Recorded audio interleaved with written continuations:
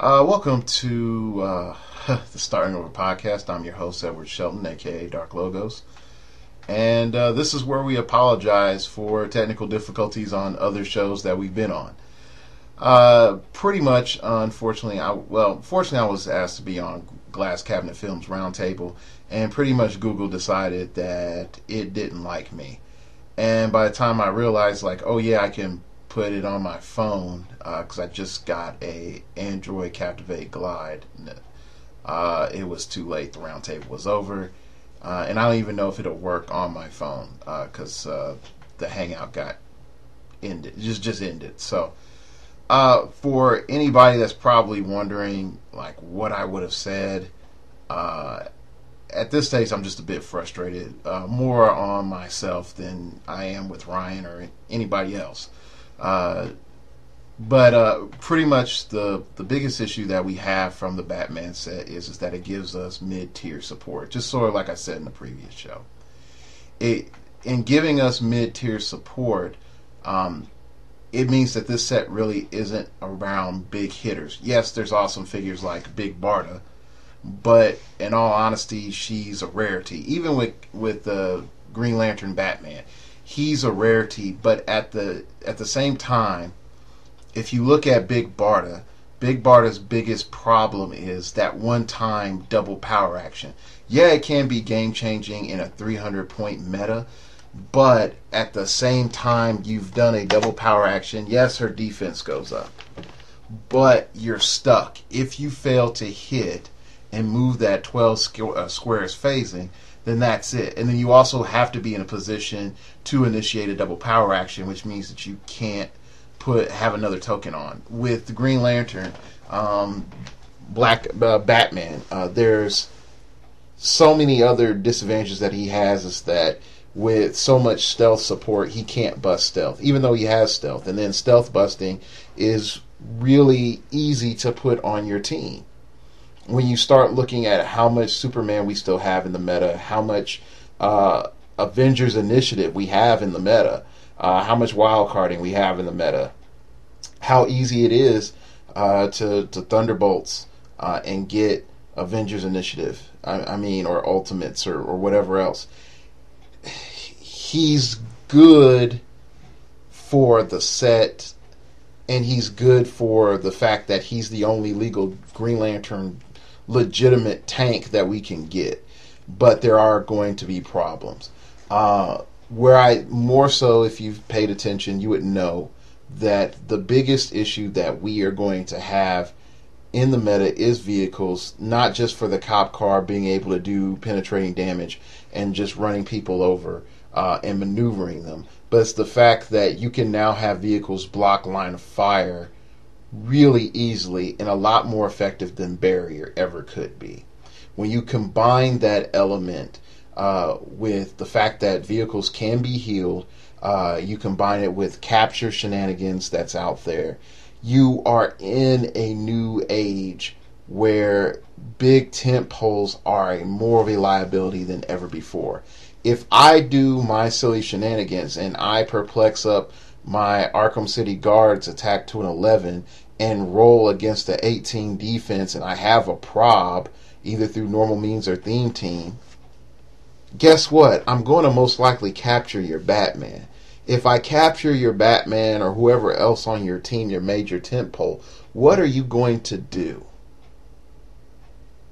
And even more so, what are you going to do when I use pretty much Lieutenant Gordon to get these men into position, and I still have the ability to move afterward? Or I can make the capture figure the pilot. These are some things that WizKids did not think through. They really didn't think this through in the era that they were creating of what vehicles can do and the limitations of vehicles. So the only thing that's going to really fix that is an errata.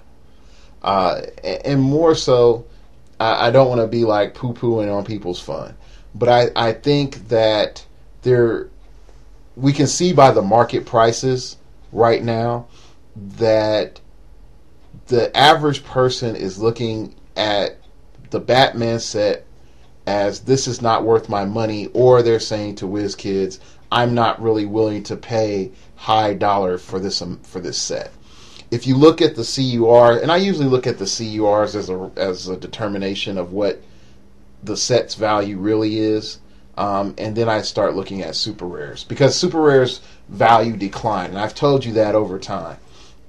But the issue that we are seeing currently is, in the first week, CURs are the most expensive. The second week, not as much. The third week, depending on the situation, you might be able to find CURs. I still see two things: an abundance of CURs, and B, a cheap amount that you have to pay for that CUR, which means that the overall tactical value in the community is that this set really isn't worth it. If you sort of listen to what they said, I was able to come in and hear parts and hear it sort of stream, but again, Google decided that it was not my friend today. You'll really find that they're sort of saying, this is sort of average. Oh, this is sort of good. It does this one thing, and then it's over. And yeah, you can sort of scream improve movement and all this other jazz. But when it really comes down to it, look in that set and ask yourself, if it wasn't for sealed or floor or limited constructed, am I going to play a majority of this set? And the answer is no. Even though it is a larger set, it is bringing in the same prices as Hulk, which is a smaller set. Okay, for your CURs. So just sort of keep that in mind, that people are literally, to get this off the shelf in the first week, taking massive cuts. For a Galactic Guardians, I saw CURs going off for $30 to $50. Okay, in this set, I'm seeing CURs for $20 to $40. That's a big drop off. Chaos War, it was $35 to $50. Okay, first few weeks, we're not seeing that. So what that tells us is that, okay, either A, WizKids has drained us way too much, and this is a pushback, which means there's also going to be a pushback on Spider-Man. Okay, B, the next thing that we can see is that they themselves recognized that power creep was so ridiculous that they had to stop themselves before the game became absurd. If you look at Galactic Guardians and a whole bunch of just power pieces that came out in that, then you look at Chaos War, it sort of comes down. They ramped it up for 10th anniversary because it was a micro set and they had to commit you to buy. Then you look at this set, and then what have they done? They've committed you to buy through the Prime function. If it wasn't for the Prime function, the value per case would be even lower. Okay? So the blind buyer is only benefiting if they buy a case, if they buy a brick, because then they might get a Prime or enough super rares to cover the actual cost of the case. But the problem comes in from what we're seeing. If we go to eBay, I can get Booster Gold in a right bid for under $10. I can get some of the other super rares under $20. Whereas in previous very popular sets, you couldn't do that. Okay, when Chaos War came out, you couldn't get a Mr. Sinister for under $30. Okay, when Chaos War came out, you couldn't get a Taskmaster under $20. You can get all the all the SRs out of this set for under $20 per single. Sorry, for under $20 per single. This means that overall the average player isn't reacting to this as the markets would like. And the implications that's going to go forward is people are holding on to their money, possibly for Christmas, possibly hoping that they can get other benefits, but then also they're looking at the grave reality is they have No Man's Land coming up, they have Spider-Man coming out, and there's really nothing that's remarkably powerful, so you might as well just buy singles. And this is going to affect, maybe not WizKids' bottom line right now, but I think it's going to affect WizKids in the long run, because there is consumer confidence is shrinking. Okay, and let's just be realistic. Consumer confidence in the products that WizKids is putting out is shrinking. When you're creating new mechanics just about every set, or you're creating more mechanics than you actually can compensate for in your own rules thinking in play testing, then you're going to start burning out players.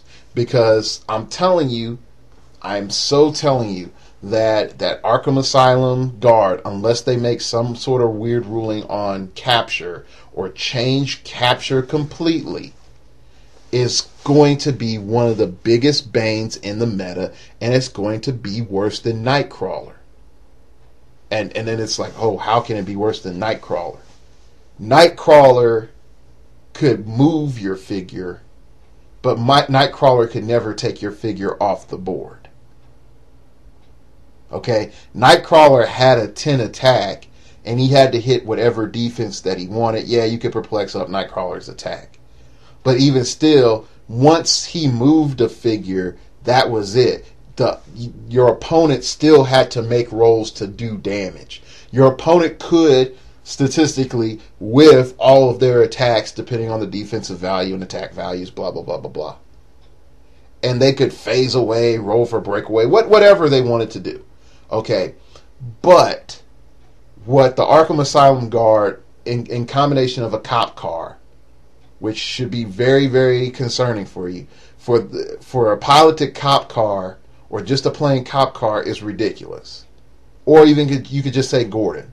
With Lieutenant Gordon, you could just walk up Arkham Asylum Guards and capture people.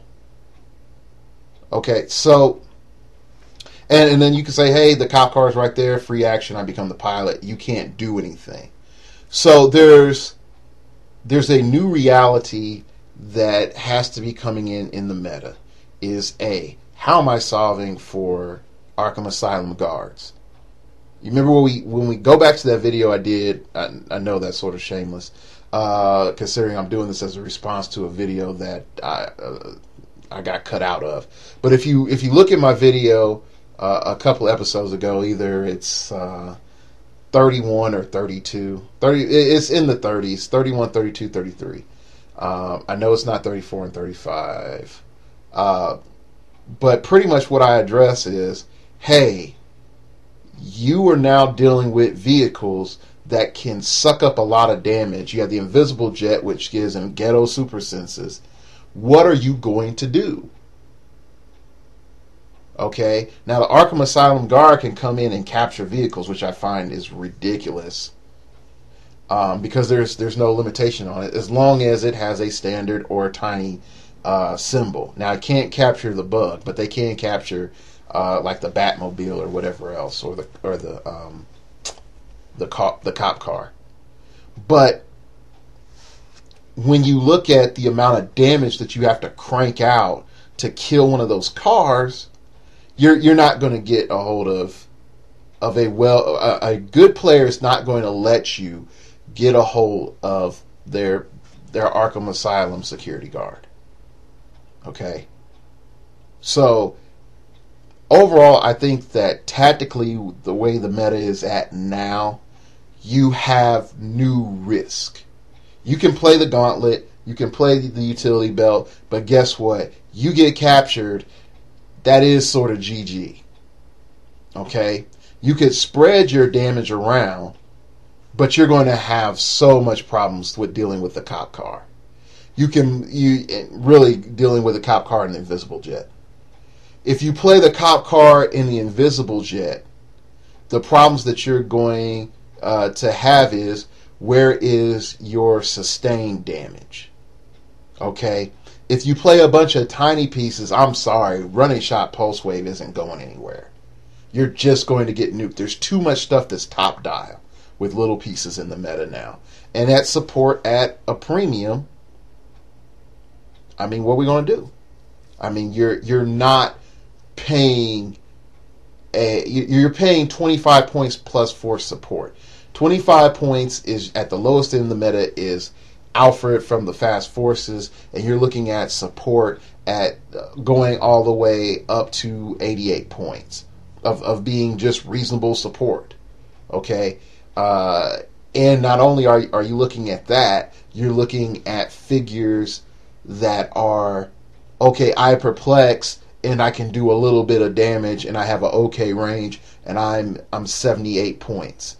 Okay, I'm a beat stick, and I can absorb a lot of damage, and I'm 95 points. You're seeing more of that, which is trying to force you to balance out your team. While at the other end, unfortunately, the point formula hasn't been tweaked too well once we get over 150 point figures. For this new, somehow I can get 11 attack and 4 damage on my first click and be under 150 meta world that 10th anniversary created. I'm sorry. 10th anniversary ruined the damage formula for hero clicks as it is now for the meta. It's like, oh, dude, you buzzkill. Yes, that's what happened. Because before that, yeah, you had the one obscure reference, which was Fast Forces Supergirl. But then now I have all this other flooded stuff come in that's just like, oh my gosh, I can get 11 attack, 4 damage, and not have to commit, 140 plus points. I'll do that. Because by the time I running shot them with my perplex and my enhancement and everything else, they're almost dead anyway. With all my aim renegades or aim agents. So, coming back, the biggest thing that we have to see coming from the set is Arkham Asylum Guard. After that, it's the cop cars. And then I would say really after that, it's a toss-up of what type of meta you're playing and what type of style you're playing, and are you going for all tent poles? I mean, are you going for a tent pole bunch of support? Are you trying to create a situation where that you have a lot of medium grade attackers? Even with Nightwing, you just say, hey, I'm going to invest in Nightwing. He's going to be my primary attacker. I'm going to perplex up his attack and damage while he charge flurries. Stuff like that, you're going to have to make your decision. But from an overall meta picture, the balanced team effect may make a comeback, and you may see 3 and 4 man teams actually be a significant force once again. But, and here's my but, the biggest problem that will occur, I feel, is a synergy between a high damage output figure that's cheap with either the capture ability, a relic, a resource, with a vehicle. Okay, so let me try to rephrase that again so it makes a little bit more blatant sense. If you're able to combine something like the ridiculousness of Supergirl with a cop car, with a Arkham City guard, and then fill in whatever else you need, you can do some strong stuff. I'm not saying that that's going to be the new Ultra team or whatever, but you can automatically see right then that, oh, you have a problem with, this figure, Supergirl. I'm going to go send my cop car over there and, pick up that figure. Oh, I have the the Batman utility belt on Supergirl, and but there's Catwoman, and Catwoman's going to negate that. Well, I'll send in my knight in shining armor, the Arkham City my Arkham City guard, and have him capture Catwoman. He put Catwoman in the back of the car. Oh, Supergirl, you're free to do whatever you need to do. Stuff like that is where things are going to get silly. Now, you're going to say, like, you don't have any serious perplex in that. You don't have blah, blah, blah, blah, blah. I'm just throwing things out there. Okay? I'm just throwing things out there for us to have a beginning point of this meta analysis. So overall, has Batman changed the meta? Yes, because now we have cheap cars that can be piloted that take more damage in his mobile blocking terrain. We don't have a ton of cheap support, even though that Alfred is sort of BS. The Alfred from the set, he's a little bit BS, but you know, still he's pretty strong. He's really strong, but he's not the biggest threat out there in the meta as it stands now. The 25-point Alfred from the Fast Forces is a big threat just for the fact that he's that cheap, and then you can put him on your team to heal your cop car, who does not have the greatest of defense values, mind you. Okay? Or your Invisible Jet. Okay? And I mean, all in all, I think we're at a position where aggro is king, and you can still do a high aggro based team, but I think what a high aggro based team now has to risk is, do I waste my aggro on the cop car that's piloted, or do I actually, invest in, multiple angles and shenanigans to get around the cop car? I'm looking at sharpshooter. I'm looking at trying to get some form of movement of my own, where I'm able to either move my figures in extreme ways, or I'm able to move my opponent's figures. So that's pretty much it. I know this is just mainly a response video to me apologizing to everybody out there on my technical difficulties. And I apologize if I ruined your entertainment. And I really wanted to have sort of a positive interaction, since I am a guest. I was considered to be a guest on a great show with a great host. So I really apologize for that. Hopefully what I did have, for my moments of appearing was, to your liking. And hopefully you can check out some more of my videos again. So I really apologize. And hopefully next time, either you'll see me on my phone, or my computer internet will not hate me. And I'm probably betting it's Time Warner Cable. But I don't know at this stage. So thanks for listening. And remember, we all have to start over sometime.